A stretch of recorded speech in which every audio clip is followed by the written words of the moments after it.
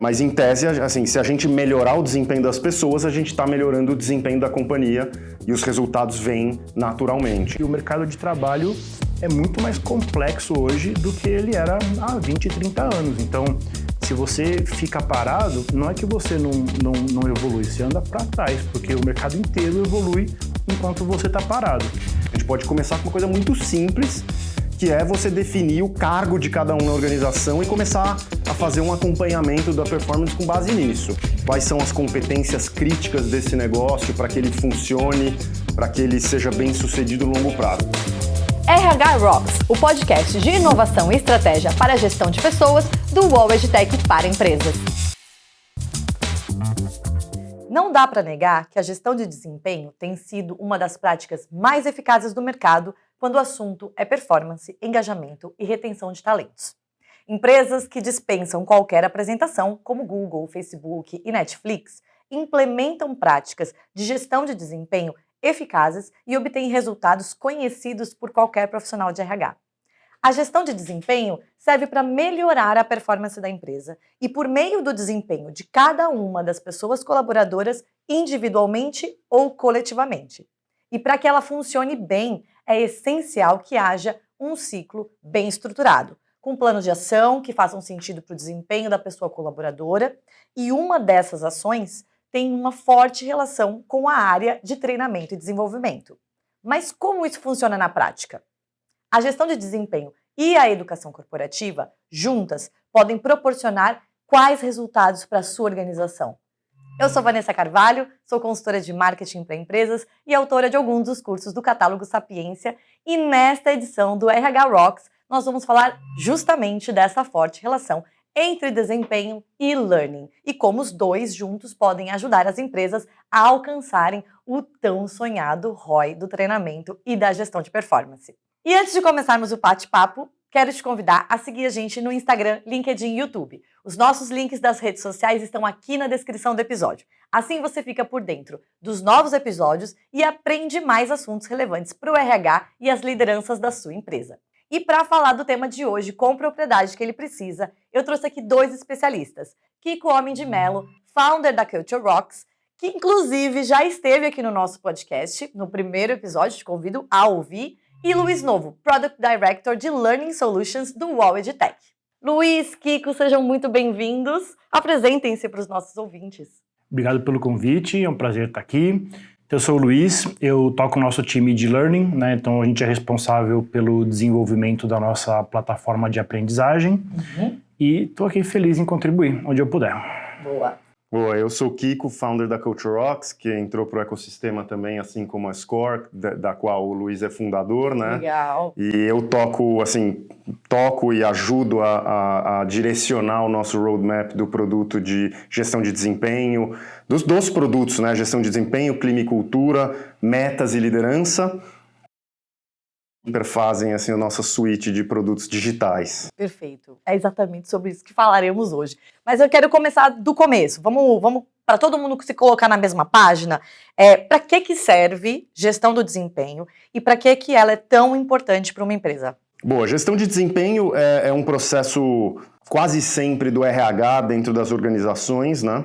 Ele é um ciclo que pode ser anual, semestral, e começa com o estabelecimento de expectativas de desempenho com o colaborador ou a colaboradora. Aí acompanha-se essas expectativas ou o desempenho do colaborador ou colaboradora em relação às expectativas, até que o ciclo termina com uma avaliação de desempenho, que é uma parte mais formal de fechamento do ciclo e de avaliação do que foi feito, do que não foi feito, do que foi entregue. Enfim, a gente pode depois entrar em como se discutem como se definem essas expectativas de desenvolvimento. E aí o link que é super importante é que a empresa é feita de gente. Acho que é uma provocação que a gente tem que sempre voltar, mas em tese, assim, se a gente melhorar o desempenho das pessoas, a gente está melhorando o desempenho da companhia e os resultados vêm naturalmente. Então esse é o link tão importante que faz com que esse assunto seja da pauta de qualquer time executivo e por aí vai, né? E como que a gestão do desempenho tem a ver com o Balance Scorecard da empresa? Como é que isso se conecta? Tem que se conectar. Então, usualmente a gente define o desempenho das pessoas com dois grandes eixos, assim, um eixo mais comportamental, que a gente chama enfim, que a gente usa competências, e um eixo mais de resultado, né? O que a pessoa entrega de resultado ou como ela está inserida numa unidade, por exemplo, um squad que entrega resultado. Esses resultados eles têm que estar desdobrados do scorecard da empresa. Né? Assim, a gente pode generalizar, na minha opinião, o scorecard. Em vez de falar de balanced scorecard, que é um jeito de fazer, toda empresa tem que ter um scorecard, seja ele balanced ou não. E que é basicamente assim, os principais resultados que a empresa quer atingir naquele ano ou naquele semestre.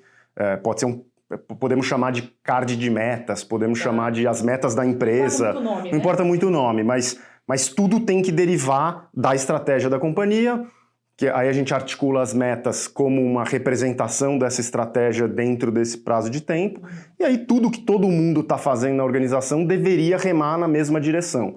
E aí podemos entrar depois em desdobramento de metas e tudo mais, que também é um processo muito importante da gestão das empresas que está ligado à gestão de desempenho, intrinsecamente. Não, eu acho que a gente pode, até para já acompanhar esse raciocínio, porque eu imagino que a gestão do desempenho ela precise ser bem estruturada. Ela tem que ter um começo e um fim, como você falou, a gente precisa remar para algum lugar.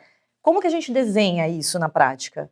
E aí, se quiser me complementar, mas esse lado comportamental usualmente é derivado dos valores da companhia e também do negócio, né? Então a gente pensa quais são as competências críticas desse negócio para que ele funcione, para que ele seja bem sucedido no longo prazo. Então, assim, né, clichê é pensar a Apple como uma empresa que cria produtos com extrema atenção a detalhe, produtos inovadores, muito sofisticados e por aí vai.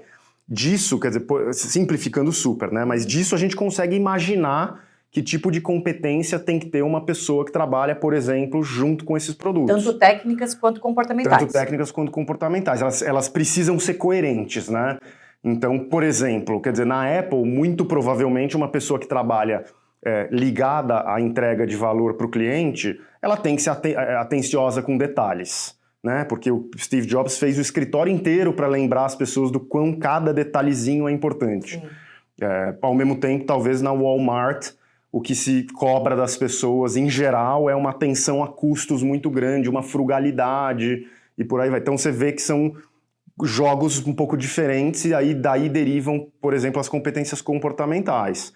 E as metas, quer dizer, que são talvez o lado mais duro desse negócio, a mesma coisa, quer dizer, a gente, talvez o board e o CEO define o que é importante nesse ano para a organização atingir, e aí a gente desdobra para a organização inteira resultar, porque obviamente, né, o analista, o gerente não consegue influenciar o resultado todo da companhia. Não consegue, mas aquela parte, mas talvez uma parte cabe, né? Então Sim. a gente tenta criar esses laços aí de, seja assim, né, um desdobramento mais matemático, ou seja um desdobramento de causa e efeito que liga logicamente o que uma pessoa está fazendo ao resultado da organização.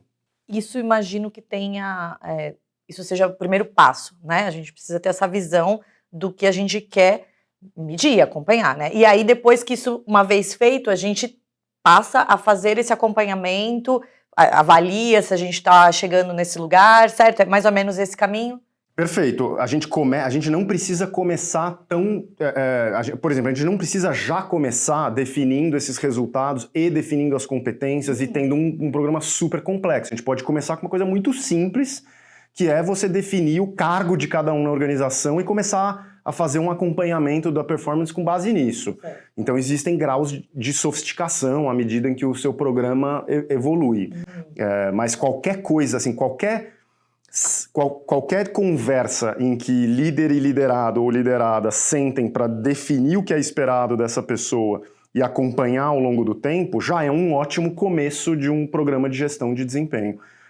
E aí você pode ir até o outro extremo, que é metas desdobradas quase que no indivíduo, super bem desdobradas, acompanhadas e competências por cargo, por carreira, enfim.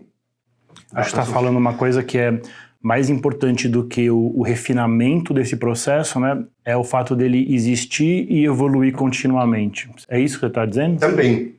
Dá para começar simples, dá para ficar infinitamente sofisticado e tem uma importância enorme de ir se evoluindo esse processo ao longo do tempo.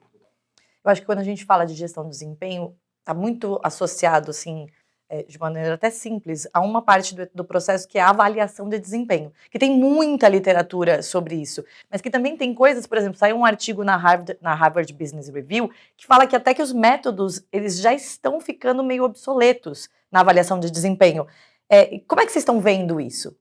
Olha, no lado de gestão de desempenho, eu acho que é um pêndulo, sabe? Acho que sempre aparece uma moda nova, as empresas tentam fazer de algum... Então, teve a moda de tentar fazer com que o processo seja super fluido, que aconteçam conversas mais informais com muita frequência. E isso tudo começou, em tese, e entre aspas, com um case da Harvard Business Review sobre o processo de gestão de desempenho da Deloitte, que foi super simplificado, etc. E aí foi, enfim, GE tentou, Adobe tentou, quase todas as empresas tentaram alguma coisa. Recentemente, até o Facebook tentou transformar um processo que era anual em conversas mais informais e agora voltou para o processo. Então, eu digo que é um pêndulo porque é muito difícil fazer gestão de desempenho muito bem desse jeito mais solto. Então, as empresas tentam, mas veem que, por exemplo, as lideranças estão corridas e precisam priorizar outras coisas, e aí o processo acaba não acontecendo tão bem, aí elas voltam para o processo um pouco mais centralizado, que acontece, né? Querendo ou não acontece. Então, eu diria que é um pêndulo, é um vai e volta de inovação e volta ao básico, enfim. Mas, obviamente, tem muita coisa legal para fazer para inovar, né? Quer dizer, há 20 anos atrás não tinha feedback ongoing, quer dizer, você não tinha processos, ferramentas para dar para as pessoas darem feedback umas para as outras, você não tinha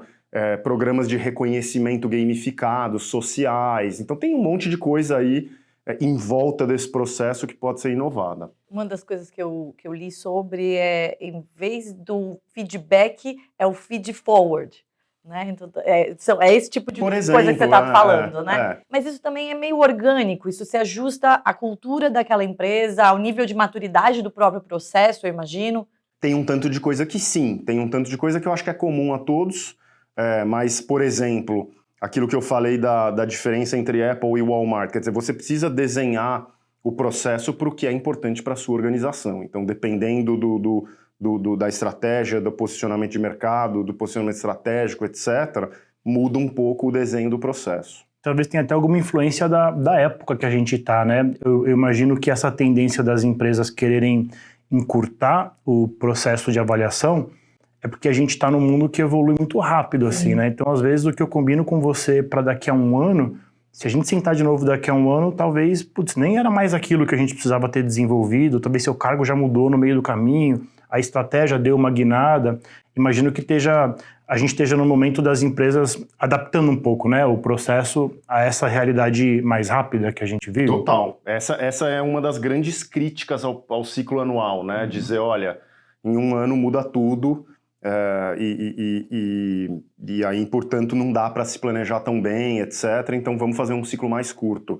Por outro lado, o ciclo mais curto, se ele for conduzido com a mesma centralização e controle de processo que o ciclo anual é feito, basicamente a empresa passa o ano inteiro fazendo avaliação de desempenho. Então também fica muito. Então é um equilíbrio tênue que a gente ainda não resolveu, de fazer um processo mais curto, mais solto, e aí eventualmente 50% da organização não vai fazer o processo, porque não priorizou, versus um processo centralizado que acontece, todo mundo para, faz, mas acontece uma vez por ano. Então essa é a tensão. Desculpa, essa é a tensão nesse assunto da frequência, né? Tem outras 100 tensões. Imagino. Porque é um pouco de trocar a roda do carro andando também, né? Você tem que ir acompanhando para corrigir a rota, para ver se você precisa ajustar mais aqui, mais ali. Tem a ver com o tempo disso, tem a ver com coleta de dados, né? Como é que você acompanha, então, esse desempenho? Será que aquilo que a gente estabeleceu como meta, como objetivo, está acontecendo? Quanto longe, quão perto a gente está? O que eu preciso fazer de ação de desenvolvimento para a minha equipe, para cada pessoa? Tudo isso ao mesmo tempo, né? Total. Eu já trabalhei num lugar em que o ciclo de metas, ele ia de fevereiro, assim, as avaliações de desempenho e o pagamento do bônus, etc., aconteciam em dezembro. Por isso, geralmente, você apurava o resultado das metas até dezembro. Só que o ano só começava em janeiro. E aí a gente tinha um descasamento meio maluco com o ano fiscal da organização, que dezembro é como se a empresa parasse. Porque se eu entregar algum resultado, esse é um exemplo extremo, né? Mas se eu entregar algum resultado aqui dia 15 de dezembro, ele não conta mais para o meu desempenho desse ano, mas também não conta para o do ano que vem. Ué, mas eu fiquei num limbo, né? Você fica Então, por exemplo, é isso, né? Quer dizer, é exatamente isso. Você precisa trocar a turbina do avião, meio que, ou fazer manutenção na turbina do avião com ele andando. É isso, né? Essencialmente, esse é um equilíbrio super difícil. E aí eu acho que é onde entra o learning na gestão de desempenho, né, Luiz? Sim, acho que sim. Acho que o learning ele vem como um complemento, né, para o processo de avaliação de desempenho, não só para esse processo, mas especificamente nesse assunto, porque, legal, a gente sentou, combinou um monte de coisa que vai ser o seu objetivo para 2023, daqui a um ano a gente vai avaliar como é que foi a sua performance, né, onde é que você entregou. E aí você vai ter um mix ali de coisas que você fez muito bem, coisas que você deixou pela metade, coisas que você não entregou tão bem. E esse é um momento, eu acho, um dos melhores momentos para a gente ter uma conversa de desenvolvimento, né? Para a gente poder sentar e falar, olha, putz, Vanessa, você mandou muito bem nisso aqui, até mais do que eu esperava, mas ó, aqui eu acho que está faltando um pouco de óleo aqui na engrenagem, acho que você não mandou muito bem em análise de dados, acho que você podia ter ido melhor. Vamos combinar que isso vai ser um objetivo seu para desenvolver?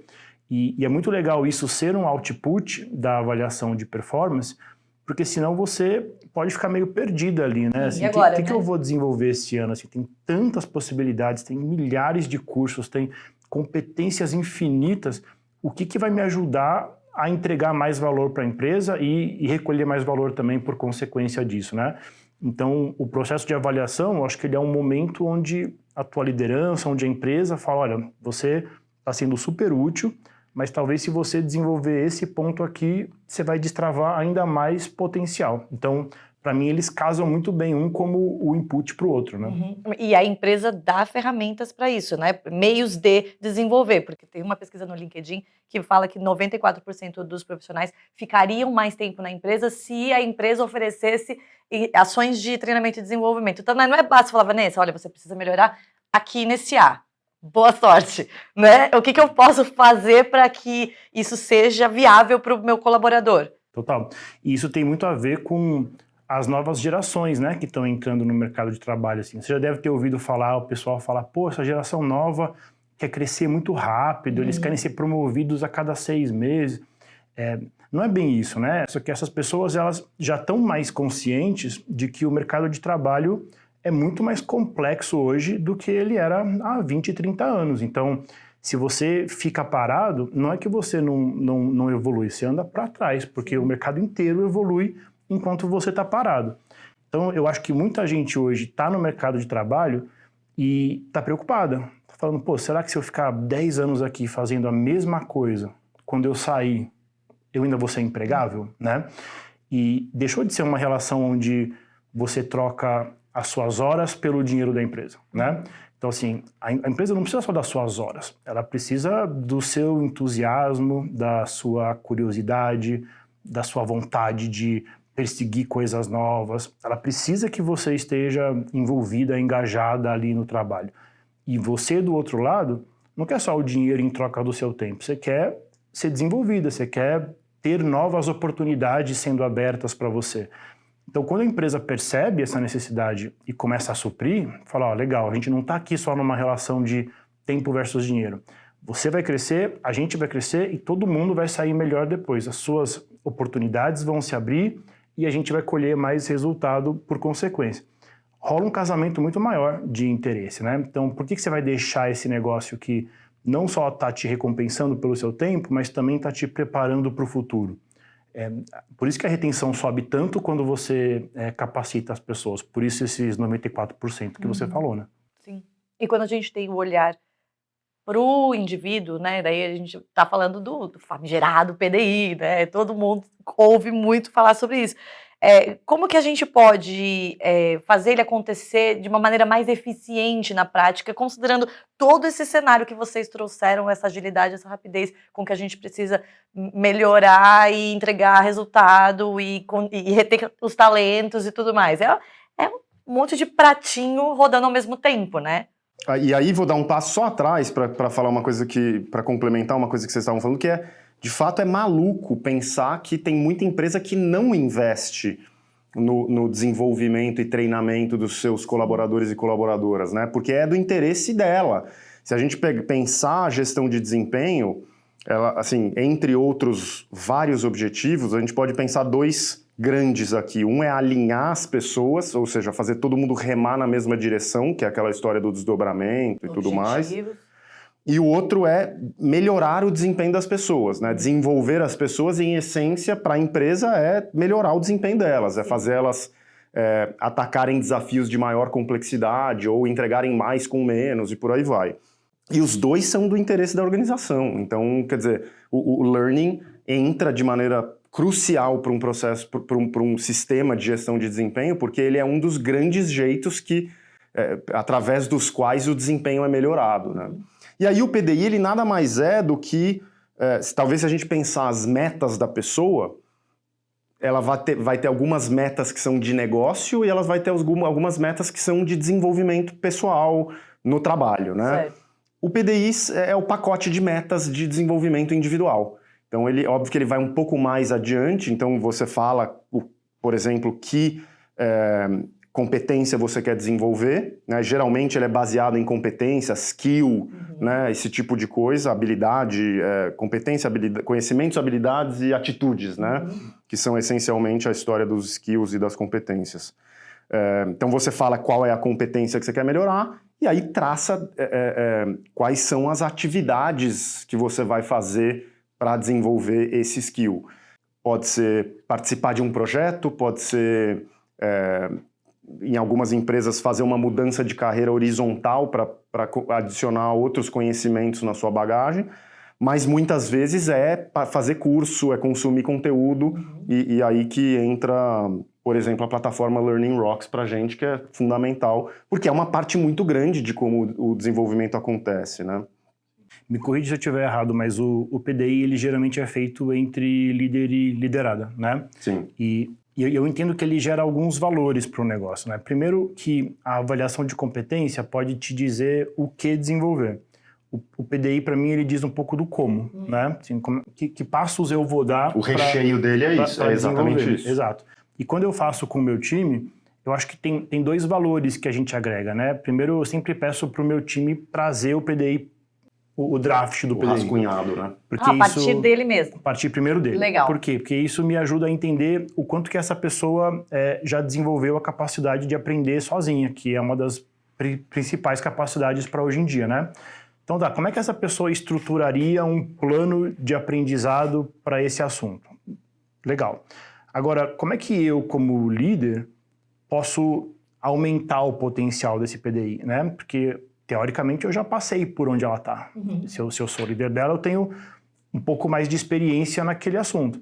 Então, talvez eu possa ter insights que ela não teve ainda. Eu possa ter lido livros que ela não leu ainda. Eu conheça pessoas na empresa que vale a pena ela conversar, né? Então, eu sinto que se a gente faz esse jogo do colaborador, da colaboradora, trazer o rascunho do PDI, se esforçar para mostrar que quer aprender, e a gente, como gestor, falar, ó, legal, mas vamos fazer uns ajustes aqui, ó. Você pode partir para cá, você pode fazer esse projeto que você nem sabia que existia, mas eu sei, porque eu ouvi na reunião de liderança, então eu vou te envolver nele. Eu tenho um amigo num outro departamento, passa um tempo com ele como mentor ali, ele pode te ajudar. Aí eu acho que esse casamento é muito legal. E o valor que isso traz para a pessoa é de direcionar um pouco o foco dela, né? O protagonismo também, né? Total. Assim, se você pensar quantas atividades importantes que você tem que fazer na sua vida pessoal que você não deixa porque outras prioridades de curto prazo aparecem antes, né? Tipo, sei lá, ir na academia. Todo mundo tem esse desafio clássico, né? No ambiente de trabalho não é diferente. Então, legal, eu sei que eu tenho que aprender sobre análise de dados. Mas, cara, meu e-mail tá bombando, o Teams está pegando fogo, eu tenho que entregar um projeto semana que vem, sempre eu tenho alguma coisa para entregar semana que vem. Então, como é que eu vou parar e estruturar o meu processo de aprendizado se eu não planejar ele primeiro, né? Se eu não tiver ali exatamente os passos que eu vou dar? Ajuda muito, porque aí é só mais uma coisa para eu executar versus um blob gigantesco, confuso de aprenda mais sobre dados. Cara, isso é muito intimidador, assim, né? Agora, faça esse curso, leia esse livro e fale com essa pessoa, isso não. Isso aí eu posso pôr no meu calendário, eu posso planejar, eu posso executar. Então, acho que tem esse valor implícito. Você realmente também acomoda isso dentro da sua rotina, né? Exato. Faz todo sentido. Eu acho que a gente cobriu vários pontos importantes, desde de um conceito da gestão de desempenho até como a gente faz ela realizar na prática com o learning. Mas vocês têm alguma consideração final ou gostariam de adicionar algo que eu não perguntei para vocês e que é importante a gente passar essa mensagem para o nosso ouvinte? Bom, eu tenho uma coisa super importante, né, que é o seguinte: normalmente, esses processos de educação corporativa e gestão de desempenho, eles são muito desconectados, né? E isso causa, por exemplo, entre outros desafios, causa a dificuldade de medir ROI do meu esforço de treinamento. Então, eu vou lá fazer um treinamento de liderança para todas as lideranças, mas eu não sei exatamente que skill que está faltando para essa pessoa versus aquela. Então, eu faço entre aspas, uma pescaria de rede, e o que a gente está propondo e o que a gente consegue com a visão que a gente está trabalhando aqui de entregar é que ao conectar esses dois macroprocessos, a gente consiga entregar para você exatamente o que você precisa de desenvolvimento. E assim, sem querer puxar aqui a orelha de líderes, mas é muito difícil que um líder médio numa organização média faça um super PDI para o seu colaborador. Não tem tempo, não tem conhecimento. Assim, um bom PDI é tão difícil de fazer no dia a dia que a gente contrata coaches para as pessoas que custam, sei lá, 10 mil reais, 20 mil reais numa sessão de 10 reuniões. Então, o que a gente está tentando fazer aqui é que, com tecnologia, a gente consiga te entregar exatamente o que você precisa aprender para entregar melhor as suas metas, para entregar melhor as suas competências e também para crescer na sua carreira e por aí vai.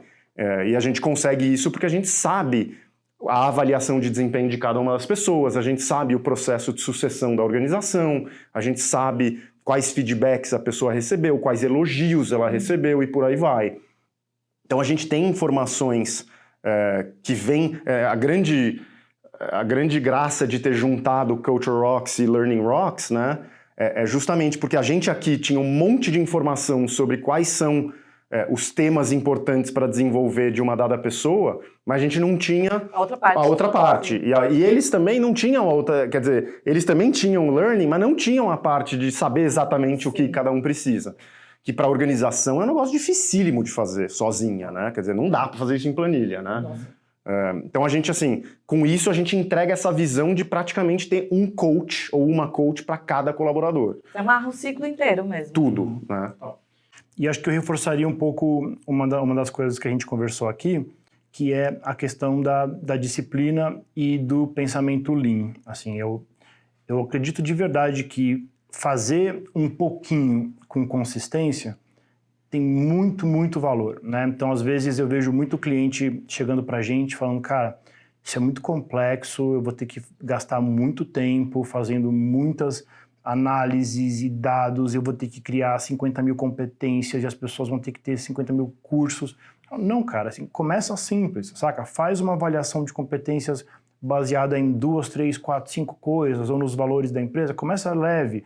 Treina só no que é super importante, o resto ali usa multiplicadores, mentores, líderes. Não precisa produzir 10 mil horas de conteúdo, mas faz, porque quando você mostra para a empresa, né, que existe uma disciplina nessa execução, as pessoas começam a acreditar mais no processo. Por mais que ele vá melhorando ao longo do tempo, elas sabem que ele pelo menos vai acontecer, né?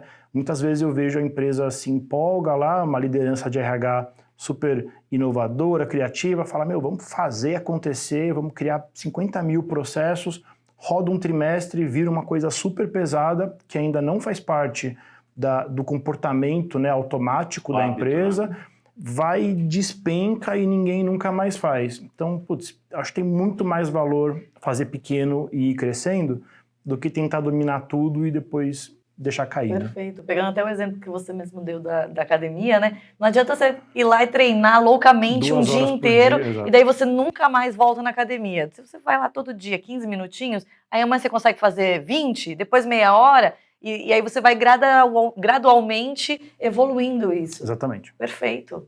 Gente, eu adorei o nosso papo. Eu agradeço mais uma vez a presença de vocês. Eu tenho certeza que a gente sai daqui com várias reflexões e algumas lições de casa aí para olhar para dentro. Então, despeçam-se dos nossos ouvintes. Bom, obrigado pelo convite. A gente trabalha muito pesado aqui, como o Kiko falou, né, para construir soluções que se conversem, que acrescentem, né, eficiência nesse processo todo complicado que a gente descreveu. Então, se você tem alguma dúvida ou interesse por elas, entre em contato com o nosso time e contem com a gente. Boa, muito obrigado também pelo convite, adoramos falar desse assunto, então se vocês quiserem repetir o convite, a gente está sempre por aqui. Maravilha. Gente, acompanhem a gente nas redes sociais para vocês saberem sempre que tiver episódio novo e até o próximo. Tchau!